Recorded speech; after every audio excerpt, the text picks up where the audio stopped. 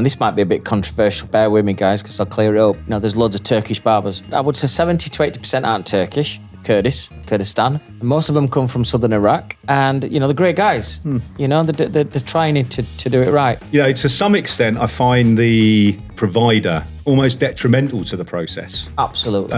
You know, I know how to turn someone into, you know, a hairdresser or a barber. I've kept lots of mine. I've got several that have started with me at 16. One of whom is running one of our stores for me. We then do another 3 or 4 months of just getting all the stuff in that we couldn't because of the provider. So for us to be able to do that and seek funding, you know, I really don't buy into why we get £500 of a $9,500 grant. Yeah. And I don't understand why, in an industry that puts billions into the coffers, is the most transparent taxed industry on the high street. If the revenue want to come looking, they don't have to make an appointment. They've got to stroll through the front door. Absolutely. We're all there. And the only time I've seen barbers covered in the media in the run-up to this election was arsehole Tyson and Farage making big jokes about the fact that all barbershops on the high street are laundries for money laundering. I know. And you're just like, oh, fuck off. Hi there, I'm Anthony Laban, and you're watching the Noble Barber Podcast. We're here to cut through the crap of the industry and give the answers, or at least try and find the answers to the problems that all of us as business owners struggle with every day. Thanks very much for watching. I hope you enjoy the episode. Hi there. Welcome to another episode of the Noble Barber Podcast. I'm here with Simon Shaw. Hi, Simon. Thanks for coming, mate. Hi, mate. You okay? Good to see you. Nice to see you. I'll let you do a brief intro. I'm sure most people watching or listening know who you are. But if we could do a quick step through, I think everyone's always quite interested seeing you here now, how you got here, what were you doing in a previous life? Well, first of all, thanks for having us on the Noble Barber Podcast. I've been watching your stuff. Liked it. Enjoyed watching it. So you've done a great job. So congratulations to you and Luke. A quick one. Started my career in 1985. I mean, when you're doing seminars now and you look at some of the kids I'm teaching, I'm older than their parents. It makes you feel ancient, but I'm only old body-wise in here, and in here, I'm still 25. Yeah. I started my career in North England Dimensions, worked my way from a Saturday lad right through to being a director. Whilst you're with a big company like that, you get spotted on different, because they're, you know, with any big account, you know, we were doing lots of stuff for Goldwell. And then in 1995, Goldwell opened their academy in Mayfair. And I was asked to do some of the training courses for them in Mayfair. And I think from 95 to maybe 2000, I was doing lots of work in London. Got the taste for it, and while you're in London 3 days, you do things on a night, you go into shows, you go into fellowship stuff. That's how all that bug started. And so you get picked up, and it was by chance I was doing something for the fellowship for Dimensions on a Saturday morning, 10 people in the audience, a really bad time slot. But as we were talking off camera, I think, you know, sometimes you have to do things. And it used to cost us a lot of money to go do an half-an-hour presentation from Yorkshire, from Barnsley. And I know lots of people are in that position, but I'm really honest, we didn't get paid to do it. We had to pay to go on those stages. I was a bit deflated, 10 people in an audience on a Saturday morning. But in that audience were somebody from WAHL. And then I came off stage and they said, "Oh, we've been watching you. We'd love you to do some bits for us." And I started in probably 97, 98, doing exhibitions. Then I started doing a little bit of abroad work for them. And then in 2000 became UK Artistic Director, 2006 European Artistic Director, and in 2017 Global Artistic Director for WAHL. 24 years in, you know, my job is responsible for making sure that everybody who's front-facing, anybody who talks to our end users, whether that be a class, whether that be a stage, show, you know, Royal Albert Hall, or, you know, Nebworth College, my job is to teach them how to present, how to set up our seminars, how to set up our shows. And it's something that, you know, from a presenting point of view, I think I've done okay over the years, and keep producing teams and keep producing superstars. Yeah, no, you had a great energy. I mean, first time I properly met you was at Barber Connect last month, and having watched your stage show, you know, you get a proper energy off of that. It was a great show. Thanks. It really was very good. But one of the bits that I've been wanting to kind of get you on for is, like you say, you've kept working these young teams, these young people coming through, and some of them are still with you, but you're always introducing these newer and younger little superstars that are coming through. But they have that discipline. They have a really professional approach. Is that a lot of work? Well, I think, we're very selective who we pick. I always think in life it's easy to deselect somebody. Just get rid of them. The hardest job in the world is to select the right people, and then make sure you train through them. Don't give in. Keep working. I do run a tight ship. I always think that a thin band of fear and a thick band of respect. So there is a fear factor. Yeah. No one will cross that line with me. And my job is to look at the talent, and then once I've found the talent, as the guys would tell you, you're not in straight away. It's within a 6-month period. We'll go meet them on their own turf, go out for a meal with them, might meet the partners, and make sure that they come from good stock, and making sure that everybody's going to fit in the family. Because if we've got 15, 16 presenters in the UK, I can fetch somebody in, and it's like putting a fox in the rabbit. That you've got to make sure that the one that's coming in is going to blend in. And touch wood, we've been successful with that. We've got some really good guys. Yeah, you had to run. this year we had the Barber Connect and Hair Con running kind of simultaneously. Tell me about it. And you were, I don't know how many others did both, but you were running between the two with a team at each. Mm-hmm. Was that difficult choosing who was where, or with your team, are you quite happy that you can throw anyone off the bench and onto it? Yeah, and sometimes when we get asked to do satellite stages, so like for instance at Connect, the HJ had a modern barber stand. Yep. So for me, it would be easy to send, I ain't got anybody that's weak, but it would be easy to send a younger member of the team, keep all the real hot shots and the real experienced people on the WAHL stage. Yeah. But for me, no, if we do satellite stuff, I pick the strongest people because I know they can carry it off. Yeah. So Michael Damiano would go on the Modern Barber stage and he'd turn up and there'd be 10 people at the audience, and within 20 minutes there'd be 200 because he draws them in. For Connect and Aircon, it was difficult because I had to leave Alan Beek, who was one of my, as you know, anybody knows Alan Beek from Ruger Barbers. He's a superstar. And, I asked Alan 3 months prior, look, this is my thoughts. You're going to be me there at Manchester. And he led it fantastic. We had James Parr, Stacey Wright, Carl Newsom, Dean Gleeson travelling. And one of the things that I do for WAHL as well is, and for our team, is that Cal and Dean were travelling between both. Oh, okay. And we had a driver to take them between both. So for me, they're younger, and it's like it's exciting times. Yeah. There's going to be no extra money. But what I will do for you, I'll condition you that in between the venues, you're not doing any driving. You can sit, relax, read a book, chill out in a car, have a driver to, I won't say chauffeur, but then we had a driver that were taking them between venues. And so we get them nice and conditioned. Yeah, no, they did very, very well. And you're saying Europe, obviously we all know WAHL here as being a very strong brand and a strong team. Is the same in Europe? Is the same globally? Have you? Does it carry the same gravity throughout the world? Well, I think we're 105 years old now as a brand. And so the education set up across the globe is strong. Yeah. And we have teams all across different continents, from the US down to India, across the Southeast Asia. You've got teams in Europe. So, yeah, it's strong everywhere. But it's not like ours. Excellent. Ours is, I always think. I do still think, our hair and barbering industry seems to still keep quite a high mantle. Yeah. And for me, it's always about producing winners and making sure that they're formidable on stage as well as off stage. And you sell yourself when you've spoke to the guys. It's kind of, you get a nice vibe off them. Yeah, no, definitely. Yeah. Have you found that, we were talking earlier about the amount of youngsters that sign up very early with brands and products as ambassadors. Mm-hmm. Have you had anyone that you've had a bit of an eye on that you thought, that could be a goer, and then you turn around and they've signed with someone else and it takes them off the ticket? Or if they've done a little spell with someone else, would they still be able to come over to WAHL? Not in my eyes. I'll never say never. But we've never been a brand that crosses across where somebody else has done. So, and it's not from us. Sometimes I think some of the other brands have got some good presenters, but I think of them, they've for like 1 year or 4 years been with another brand saying, this is the best clipper, this is, and then you're going to come across to us and say the same story. It will get lost. Yeah. Now, I'm never saying never, but in my 24 years, we've never done that. But yes, there is a few people who I've tried to thought I'd have them. And I've tried to drag them in, and then I'm just like, nah. And do you know what? I've watched their careers afterwards and thought, right decision.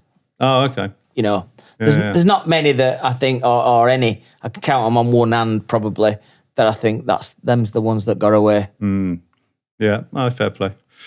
So obviously with WAHL's attitude to training, your 24 years and still enthusiastic approach to training, the big thing I wanted for us to talk about was the training issue in our industry, the vast, I mean, we seem to have so many people either coming into it, wanting to come into it, working hard. I get so many direct messages from people wanting to get into, wanting to do a part-time course, wanting to ask me what the best 12-week course is and all this kind of stuff. And we've not really seemed to have mastered the apprenticeship.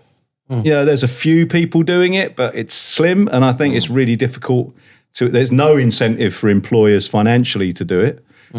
We have the self-employed model, so we've not got as many employers to start apprenticeships.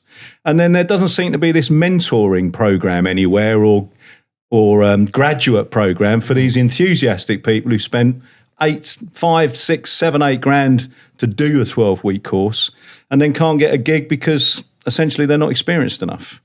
So if we do that in bits, what's your take on the apprenticeship? I think on the apprenticeships, what I'd like to see is, like colleges have done some investment in. So when people say to me, oh, you get them out of college, you've got to retrain them, there's going to be a certain commerciality that you're going to have to give them. But colleges have improved so much over the last 5 or 6 years. Some of them have made them into bespoke barber shops as well, where they're just doing barber training, getting somebody out of industry to do the barbering qualification. So when I hear people say, you've got to retrain them, well, when were your last visit to a college? Oh, when I trained 15 years ago. You need to go back then. So that's first thing. Go visit a college that's going to train your apprentice through the MVQs. See if you're happy with that. Secondly, I'd love to see training providers that get the contracts to split their money with the salon owner, which incentivises them because all the money goes across to the training provider through the contract per head. And there's a little amount that goes to the salon owner or the barbershop owner. I'd like to see more of a synergy and a partnership where if there's a £4,000 pot for the MVQ that you get 1,800 or £2,000, the training provider gets them, you're going to do all training. What they've got to do is they've got to work that training around the modules that they're going to tick off. But you're doing it all. We're doing all the training, absolutely. All of it. And unless a training provider comes to me and says, hey, hold on a minute, we do a lot of the training, then show me. What my experience is, it's a box-ticking exercise and the barbershop or the salon does a lot of the work. Well, I think to get this more motivated to fetch apprentices back into our industry, you need to be motivated as salon owners to have an incentive, and that's my view on apprentices. But, we've seen... with our guys that we use, exactly that. We do all the training. They come along, tick boxes. We get the team ready for their EPA at the end of it all, and they're signed off and done. But there's this whole problem, really, that as an industry, certainly, it's just not taken seriously. I don't think. It's not taken seriously as a space for training. Every course I see, and WAHL do great ones, lots of people do these great improver courses, and I think I will only ever encourage barbers to keep training. But there doesn't seem to be any push to get apprentices going. No, I know. And I don't see how, short of us being a proper licensed industry, how we get to that. Well, I think there's a lot of things that we're trying to do at the fellowship. Barry's continually working with all the organisations to try and get some synergy between the different types of organisations. I know Toby Dicker and Colette Osborne are campaigning quite hard for the VAT levels to drop. So, there's lots of people working behind the scenes with government that's trying to do that. But for me, there needs to be a bit more excitement around, because barbering's been the quickest growing industry within the hair and beauty sector. But we're falling short a little bit on the incentive for apprentices. And you touched on it there, the 12-week stuff. Our courses are designed, I make no bones about it. We're not going to take you from 0 to hero. We're going to make you, if you're not that good on fading, within a day or a 2-day course, we'll improve your fading techniques and give you things to work on. Same with classic. So we don't do from 0 to where you are. I'd have to sit there for 12 weeks and to really watch this, because the stories I hear afterwards aren't the best story in terms of are they ready? Well, I think that's the big issue that I seem to have. And I've spoken, we've had Michael on here from London School of Barbering. I've spoken to Jocelyn Monaco, who's hopefully be coming on again here shortly. And they're producing this kind of baseline, but our industry doesn't seem to, and I've not spoken to any barbers that are able to kind of bring the next graduate level that can take this relatively enthusiastic, has spent some money, wants to do it, and hey, maybe or maybe not has it, but to mentor them and get them through to the next stage, to kind of shorten that 12-month apprenticeship. And I think you're right. I think there's a gap there. There's a massive gap there. And I've always had this dream of, and it's just really, separating from, we do education at WAHL, but we're an electrical clipper brand. So first and foremost, we want to make electrical equipment and sell it. Yeah. Education comes as a backup to that. And so I have to be careful when I really want to spend money on education. It's all got to be carefully planned with marketing. But I have this dream about residential barber schools, boot camps, where you get 25 guys who want to do it and girls, and you really work them for 6 to 9 months under this umbrella, and everybody's in there together. Can you imagine the camaraderie, the fun, the hard work? Yeah. It's almost like a Navy SEALs kind of program. You take away from what you've done. Yeah. This is something, and that's always been a dream of mine to do that. But the vast amount of kind of, barbers that are kind of making headway and I guess kind of pushing the industry forward at the moment. Almost all of them are either hairdresser based that then converted, which I guess you're getting a lot at your academy, that a lot of hairdressers who great with a pair of scissors but very nervous around clippers. Or they're kind of, I guess, near our age and have done a full proper apprenticeship. There's this whopping great gap in between that as we've exploded and barbershops are everywhere, we've not found this, we've not filled this space to get training in. No, we've not. And, one of the biggest problems that I think a lot of people have in every town and every city, and you'll hear it, is like, they'll go on, and this might be a bit controversial, but hopefully bear with me, guys, because I'll clear it up. There's loads of Turkish barbers. Yeah. Well, if you go into these, I would say 70 to 80% aren't Turkish, they're Kurdistan, and most of them come from southern Iraq, which is a place called Selamania, and they're great guys. They're trying to do it right. But what's happened is, the young guys have come in, they're watching a lot of the people who you see and maybe have interviewed. They've done really well. They've got a fantastic Instagram. They're getting endorsement off brands. They might be driving a nice car. Then the 17, 18-year-old kid who goes in for his haircut and all of a sudden thinks, I want some of that. Yeah. That barber then trains him up and he's renting a chair off him. Before they know it, they're earning good money, $1,000 a week, and the training bit comes away. Yeah. And you're right, that's the gap. How do we get that back in? And there's an idea that I do have, is that if we can set up something where, again, there's a 3-week or 4-week period. Let's say you've had a young guy or a young girl that's come in. They've not gone to college, but they've learnt off you. So you're saying you can train them well. Yep. They can now cut hair well. They have no certification. Yeah. So they're going to be one of the stats that we look at and think we need to get our industry regulated. Yeah.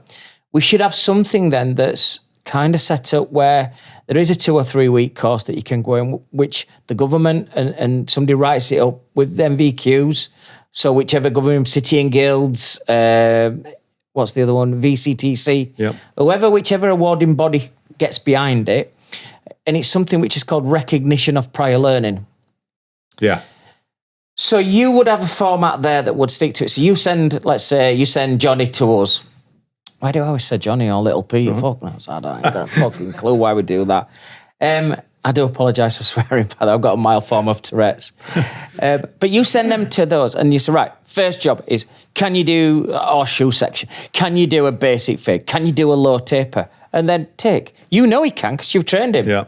But he's not. And then that is supported by an awarding body. So within a 2 or 3 week period, they then get a certificate that's done that. Now that for me, I think if that came out, you see them all scrambling now, writing it all down, trying to do it. They'll be all sat in the boxes thinking, I'm going to do this shit. But I mean, I think, that's the factor. I don't, to some extent, I find the provider almost detrimental to the process. Absolutely. I know how to turn someone into, a hairdresser or a barber. I can get them through. I've kept lots of mine. I've got several that have started with me at 16, one of whom is running one of our stores for me. Fantastic. I know we can do that.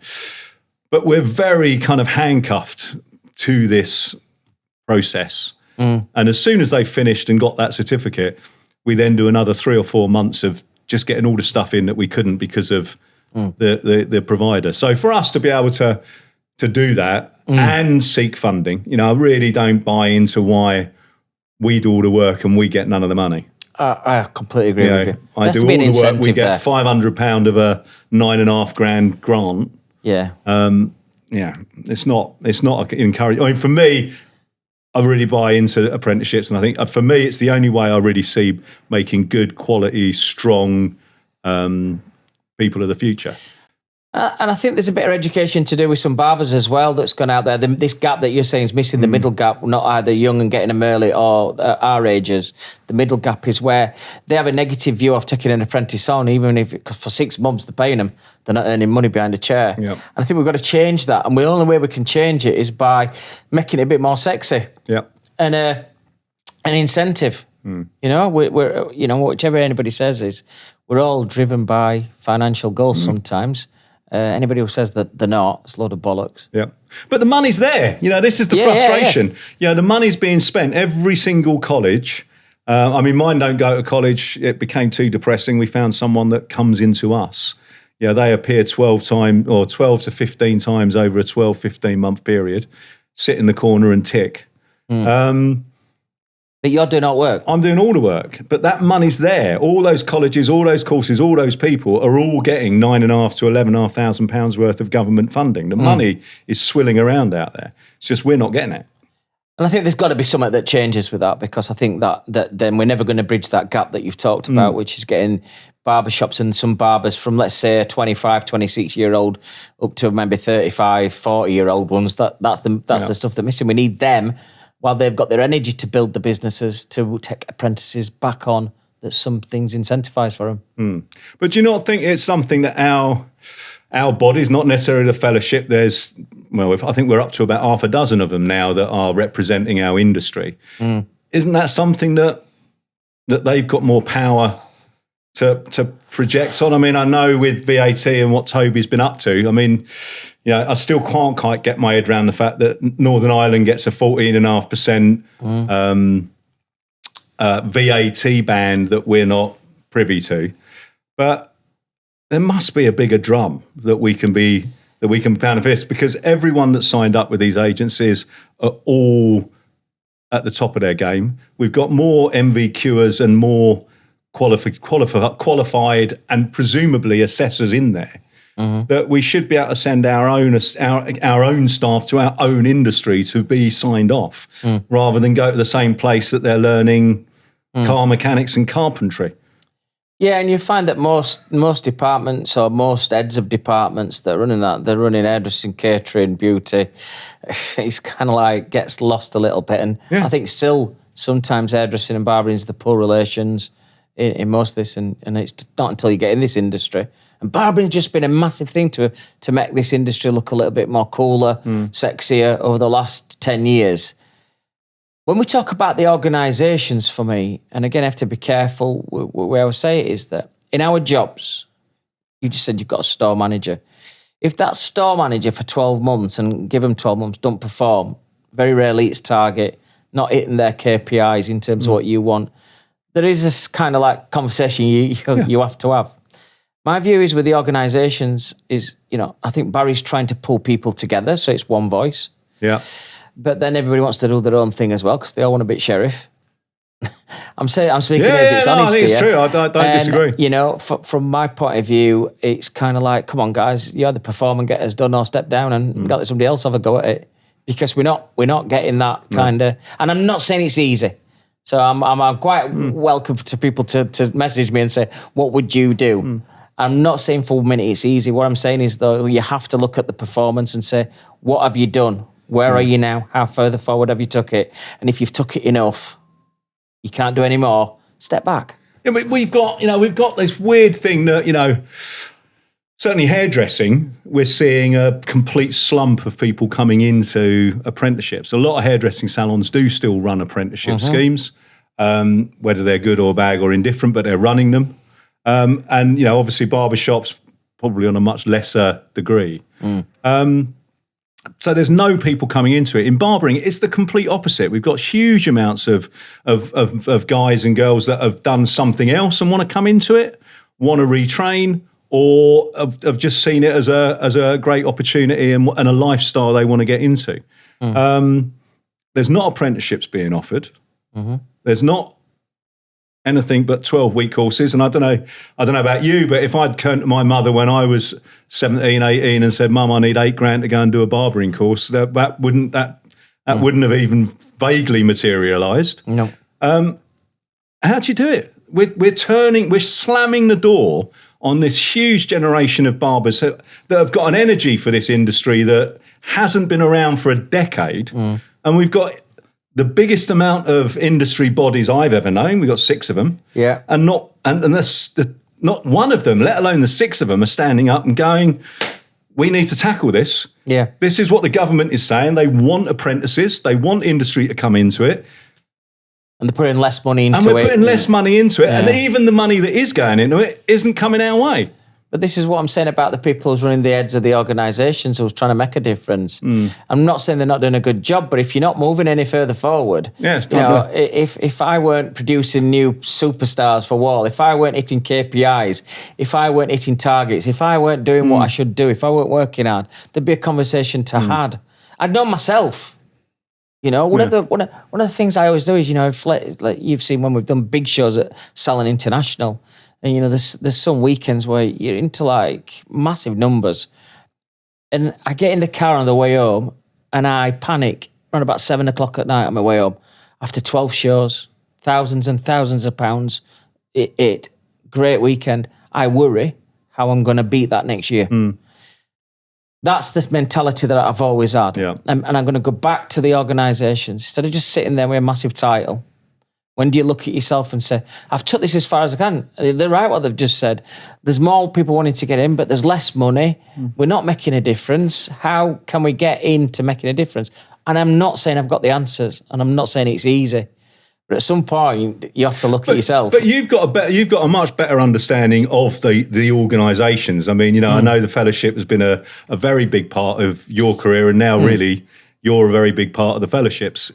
Now, I'm not just pointing the industry. I'm not just pointing at the fellowship. There are at least 6 now. Yeah, and then what's your understanding? How do we, as an industry, get our voices heard to be taken seriously as barbers and probably hairdressers at the same time to get this apprenticeship problem solved? And I think with what you've just said is, with the fellowship, we're not an organisation that goes to government, but Barry has tried, I'm talking Barry Stevens here, the CEO, has tried to get all those heads of tables. And you've had some people on here, Caroline, Adam Sloan's of this world, people who have been involved and are involved, Toby Dicker, Colette Osborne's, it's kind of like got them in one room together to try to work it, but it has to be stepped up. For me, it has to be stepped up. They'll not send me in, will they? Imagine me knocking doors in Westminster. I think sometimes you need a fucking big spoon to get a new bowl or something. And I think that's where we're at. I think everyone seems to be in their little corner. Yeah. And people are fighting their own battles. And I think the stronger, the more united, the stronger we are. I think you've got to press people sometimes, and you've got to press people for the right decision, or they need to be honest and come out and say why that's not happening. Yeah. We spoke about this off a little bit earlier, is sometimes you have to be honest and say, I've not done this. This is the reason why I've not done it. I've had a fantastic mentor in my MD at WAHL, is that, over my years, I've tried to sometimes waffle in a meeting or a presentation. Right. And it's like an arbor shark. Yeah. It don't leave you alone if you're bullshitting. So sometimes it's kind of like, I'm not prepared here. I've not done that. I'm going to take my punishment here. Yeah. I'm going to move and make sure that you get it right. So you kind of then get super prepared on everything that you do, and you're honest, and it makes you honest, and it makes you speak. And sometimes I'm talking about the organisation people that sometimes you don't know. We've got eyeballs, not crystal balls. Put your hand up sometimes and ask for help. That's a sign of a strength. Yeah. So sometimes we should be fetching. And I know people over the years, especially state registrations, like your heralds and other hairdressers have got involved. But for me, it's not just about holding your hand and going out for a nice bit of lunch and just everybody shaking hands and doing some selfies and stuff. It's kind of like, let's get into Westminster. Let's open the doors. Let's speak to the minister who's looking after our hospitality. I think it's the hospitality minister or whoever it is. Let's see what we can do, make a difference. But, you mentioned kind of lockdown and the change that happened there. We had, we were for a period included in hospitality until the funding changed, and then we were excluded from hospitality. Hospitality definitely got a bigger shake of the stick. Absolutely. Hospitality was set at 5% VAT for a good 12 months. I think it might have been 18 months, but it was certainly more than a year. Now, with Reclaim on 5%, they were essentially paying zero VAT for a year, whereas our industry, I'm VAT registered across the board, we were going back in for 3 months, earning a bit of money, then being shut down again, then being sent a VAT bill, full 20%. We got no breaks on that. We were treated exactly the same as everyone else. And I don't understand why, in an industry that puts billions into the coffers, is the most transparent taxed industry on the high street. If the revenue want to come looking, they don't have to make an appointment. They've got to stroll through the front door. Absolutely. We're all there. And the only time I've seen barbers covered in the media in the run up to this election was arsehole Tyson and Farage making big jokes about the fact that all barbershops on the high street are laundries for money laundering. I know. And you're just like, oh, fuck off. Yeah. I mean, and it frustrates me so much that we're paying all this money in, much more than every restaurant, every bar. As a percentage, we're paying so much more into the coffers that we're taken as a joke. And I think, do you know what, out of everybody who said it, have you met Toby Dicker? I did a few years ago. I've not met him since. Toby's very passionate about this. And because he's got his own business, The Chapel. The Chapel, yeah. He's very into it, so he's the one out of who's doing anything within. He's the one that I'd say, I kind of still back Toby in terms of what he's doing, because he's got the passion, he's got the drive, he's got the energy, and he's not going to give up. But it is an hard one, this one. It is hard, and it was hard over coming out of the pandemic, how many barbershops never reopened, or hairdressers in particular. I mean, huge chains that have been going for years were just shutting down throughout the city. Yeah. Heartbreaking. Yeah, it was heartbreaking, and it still is, looking at some empty shops that used to be... And, I think we've still got to work as an industry. But do you know what frustrates me is that I see a lot of people moan about some of the topics we spoke about, but don't do nothing about it. So when you've got a voice, when you see some of these organisations asking for, sign this petition, help us to get there, you need to back it. Because instead of having like 3,000 names, what about if you had 10,000 names?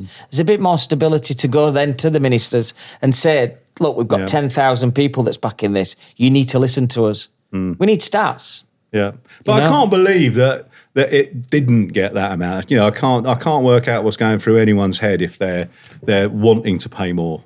They're wanting to be incurred more. We've got probably one of the strongest trade mags out of most industries with HJ and with the Barber, now with Modern Barber. Both very high end, high quality, good readership. So even if you just look at the numbers of their readership, converting that into a into a petition, you're smashing those numbers. Absolutely. Those heads of the media side, like HJ and House of Evo, they'll give you readership. So, their magazines go into shops and they'll give you an honest readership where you might look at 25, 30,000 readerships out of the two magazines. Out of the four magazines that HJ, Modern Barber, Salon Evo, Barber Evo, you're probably looking at 50 to 60,000 readership. These are the ones that we need to be working with. Those are the numbers that we need to And this is where I would, if I helped, that's how I'd feel that I could help. That's my plus side, which is getting media partners to work with that's not happening at the minute. No. Because everybody wants to be a little bit, I'm not going to tell you everybody should be registered because some of our clients aren't registered and, they still spend money with us. Fuck that. Let's get everybody working together. I do understand there's an awful lot of, certainly with the self-employed model, there's an awful lot of business out there that aren't VAT registered. And I understand that, and that's fair play. But, the whole thing of, they might not be coming for you now, but if we should stand up and help each other because they could come for you at a later date. And that's my issue, that I think we should really be standing together. And I certainly heard in the last VAT reports that it was not enough of our industry are paying, or is a large proportion that aren't VAT registered, and that's changed and so on. But we should still be coming together. I don't see a difference between employed and self-employed. I think if we're cutting hair, we're in the same box. Yeah, we're in the same box. I think the one big fear I have is for the barbers and the salon owners that are kind of like renting space now out in their shops as rented chairs. That's the one that I think that in the next 2 or 3 years, there's going to be an ass-kicking competition. Sooner. Because what's happening is that you're giving everybody a space to rent a chair, and some of these barbershops now they're taking $1,000 a week just from 4 chairs. And everybody that's working in them chairs are happy because they're busy and they're earning their good money. Yeah. But first of all, the owner's not checking whether they're doing their returns, they're not doing the right thing. They're giving them time, they're giving them a uniform, they're telling them they've got to put... Well, by giving them all those things, you are actually employing them. Yeah. You're giving them rules by employment. You basically, when you're doing this, you have to rent that chair and then walk away. So if they want to not turn in on a Saturday, they're still paying your rent. As long as they pay the rent, it's nothing to do with it. But what the salon owners are saying, you've got to be in on this Saturday. So there is a big... Well, they did dear old Pimlico Plumbers, Charlie, I can't remember his surname. Walsh. Is it? But from Pimlico Plumbers, huge, great plumbing organisation. All those people were all self-employed. He got done. That was it. It's like, no, they're not. They have to come to work. They have to wear your colours. They have to drive your vans. Exactly. They have to use your billing. They have to, you just kind of go, they're employed. And these guys are employed, or a lot of them are employed, and they should be getting some holiday pay. They should be getting some pension fund. They should be, I know it's not at all sexy when you're starting your career, but they should have, I still think it's criminal that you end up with no holiday unless you're, as the owner, I'm stuck with it, and that's my bag. But I think if you're going to work and you're essentially working for someone, you need to be. You either want the flexibility, or you want the kind of compensation of a month's free holiday. Absolutely. And what I would say to any barbershop owner or salon owner at the minute is that you do need to get legal advice on how your contract is when you become essentially a landlord within your shop, because all you're doing is renting that area. Yeah. You cannot get involved. If you want to be involved, it's a different story altogether. If you're telling them what to wear, if you're telling them when they're going to holidays, but not paying them holidays. And if everybody's got their own PDQ machines. I met Lacey from the Hunter Collective on here. And it was just really refreshing to hear that's exactly what it is. It's like hot desking. You go in, that's your space. This is what you get for your space. You pay your month. You pay your bill. If you don't come in, you've still got a payment to make, but it makes no difference to them. That's how it should be done. I can't remember who it was after, but I got a huge amount of irate from people about, talk about the greedy barbershop owners who won't let you take your clients when you've been renting a chair. And I'm like, whoa. They're nothing to do with the salon owner. They're nothing to do with the barbershop owner. If you're self-employed, they're your clients. If you're employed, they're my clients. And you can't go near them. You leave, you start again. But if you're wandering around with a band of clients, you're self-employed. It's what you're about. I need a chair to do my £2,500 a week clientele. It's a minefield though, isn't it? Because then you start going into it's difficult. Each person who's renting that space is who's doing their social media. Is it in conjunction with the salon? It's a real. I've never touched it really because I don't think I've got the brains for it. I like things straightforward, done. I'm too much of a control. And I couldn't, it'd drive me mad. I know that I'd get upset if someone phoned in sick and I was just watching all these clients be cancelled. I'd want everybody employed. I want to put them on a great incentive. The top barbers that be working for me, there'd be a percentage shares. So you tie them in. but everybody would have performance targets, whether that's financial. I love working with KPIs as well. Right. So, for instance, we want you to have 50 new clients a month or 10 new clients a month. How many of your clients did you convert from a cut to a colour? Those are I love to look at those stats, because eventually, if you've done your management stuff right, all those KPIs will add up to a financial finish anyway. Yeah. And sometimes people say, what do you mean you targeted them on, how many clients they've rebought? It's just like, that is a good KPI to have. Yeah. That's a different element. How many posts did you? Giving them a target on, could you get 10,000 people watching your reels? But again, making sure that you've got a social media company or a PR company that actually manages drives that. Yeah. And that's it. I think if you've got a PR company or a social media manager, they need to have their KPIs as well to carry along with it. I mean, interestingly, going on to that, it really does intrigue you. We've now got a huge amount of barbers now are doing online bookings. We'll have a walk-in if it walks in, but generally when they walk in, we're already booked. But it's all online. I'm not sure everyone really understands what they can do with that information. What do you mean? From a business point of view. So that's exactly where you're getting your KPIs from, is watching what's coming through your till. Yeah. I'm intrigued now. That's maybe something for another show, that what that information's worth to you, rather than, online booking's a very new thing to the barbering industry, but the data that goes with it and the knowledge that's there to create those KPIs. Do you know what? If I weren't doing this job where I'm doing, one of my jobs would be as a consultant to businesses. I was going to say, that's what's kind of needed out there, isn't it? I'm kind of like, I hate this when you walk in and you can't fit them in. It drives me mad. Imagine when you go to a restaurant, you walk in and there's like, okay, it might be like 7 o'clock and there's like 4 tables busy, but there's 7 free. I get it that people's booked in. Yeah. But speak to me and tell me, saying, look, I've got that table at 8. I need it back at 8. It's 6:45. Do you think? And I'll go, as long as you can serve us, we're coming in for a main course, a glass of wine, we'll be out, it's yours. Yeah. Instead of turning me away. Yeah.